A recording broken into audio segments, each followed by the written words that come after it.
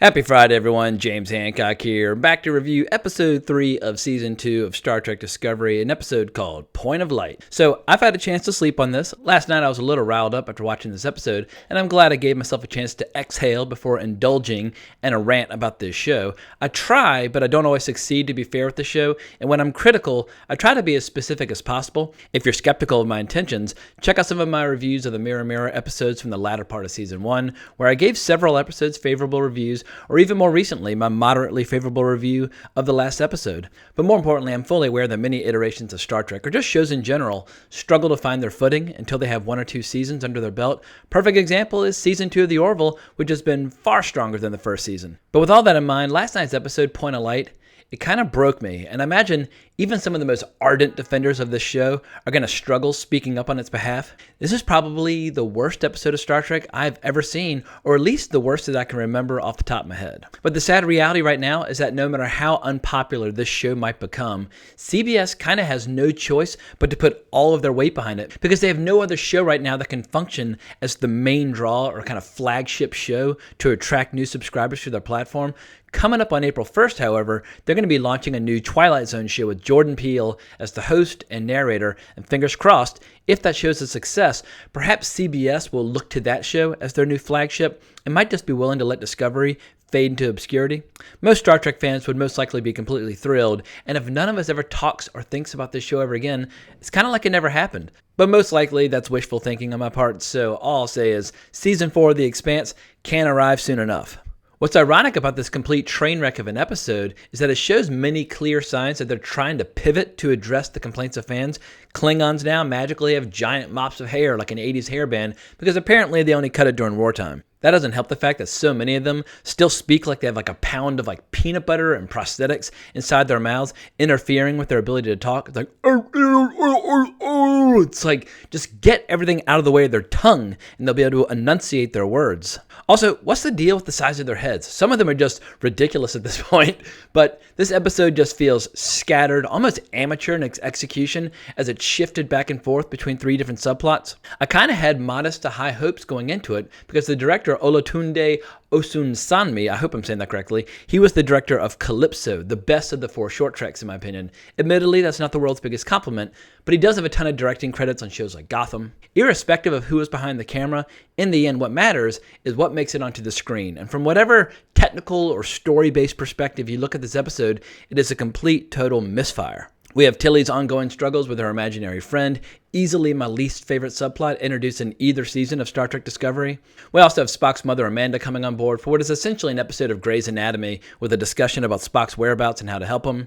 And lastly, we have L'Rell and Ash Tyler trying to solidify the Klingon Empire and debating what to do with their son. So let's tackle these one at a time, just so we can truly savor the moment where this show managed to reach a new low. So let's start with Tillys Dilemma. If you've watched my videos before, you know that I find her character a little annoying, in particular how the writers try and shove down our throats this idea that one day she's going to emerge like a phoenix, like some major badass. Rule number 1, if you're trying to make her look tough, don't have her run a half marathon against 3 really tall, lean, athletic actors.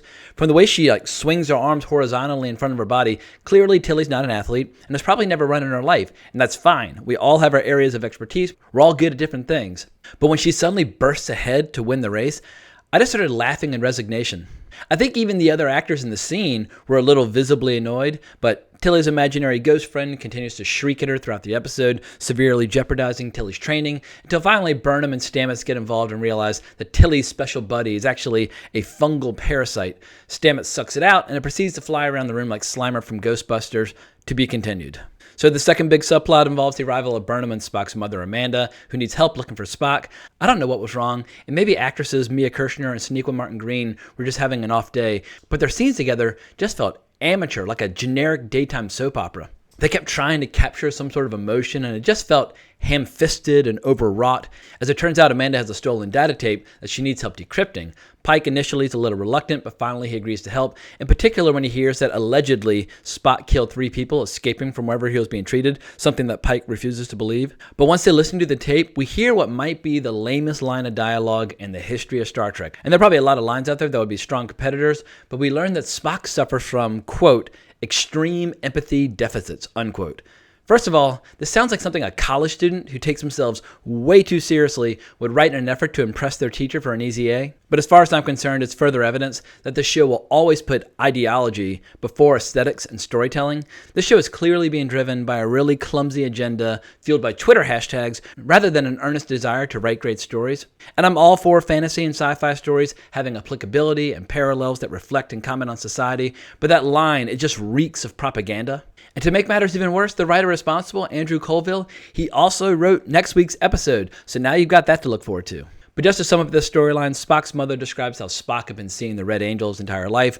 Burnham tells her she's seen it as well, but that she also did something horrible to Spock a long time ago, and that Spock has never forgiven her, which is why Spock has never mentioned her. Amanda leaves in a huff, saying that she's going to find Spock herself. Why this show feels the need to rewrite Spock's origins is beyond me, but the damage being done to this brand will hurt its long-term popularity for many years to come. So the third and final story of this episode is all about the Klingons. L'Rell and Ash have both grown out their hair since last season, and I have to admit, I preferred Ash Tyler's more clean-cut look in Season 1 over his new beta-male combo of man bun and beard. But the main drama is that having a human boyfriend, even if he was once Klingon, is undermining L'Rell's authority, so much so that one of her rivals ends up kidnapping her baby in order to blackmail her into stepping down from being Chancellor. We get a pretty conventional hand-to-hand combat scene before Georgiou arrives to save the day and cooks up this scheme that will solidify L'Rell's power.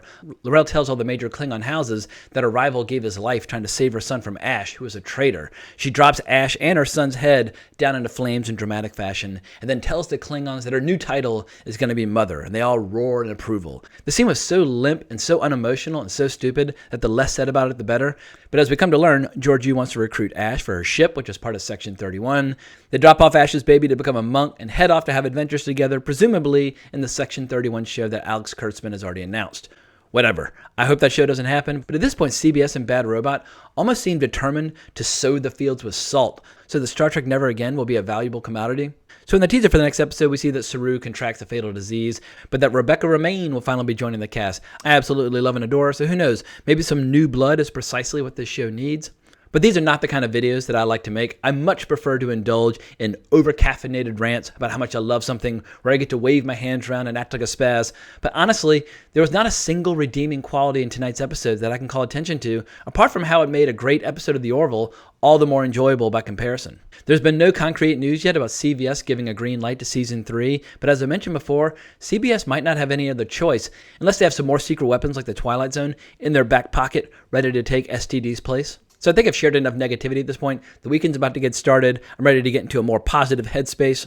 But if I didn't completely turn you off with my negativity in this video, please consider subscribing to my channel and giving this video a like. I would really appreciate it. If you want to talk more about Star Trek or The Orville or whatever, you can find me on Twitter at Colbrax, and there's a link in the description below. But I can't thank you enough for watching the video. Really appreciate it. But more importantly, as always, onwards and upwards.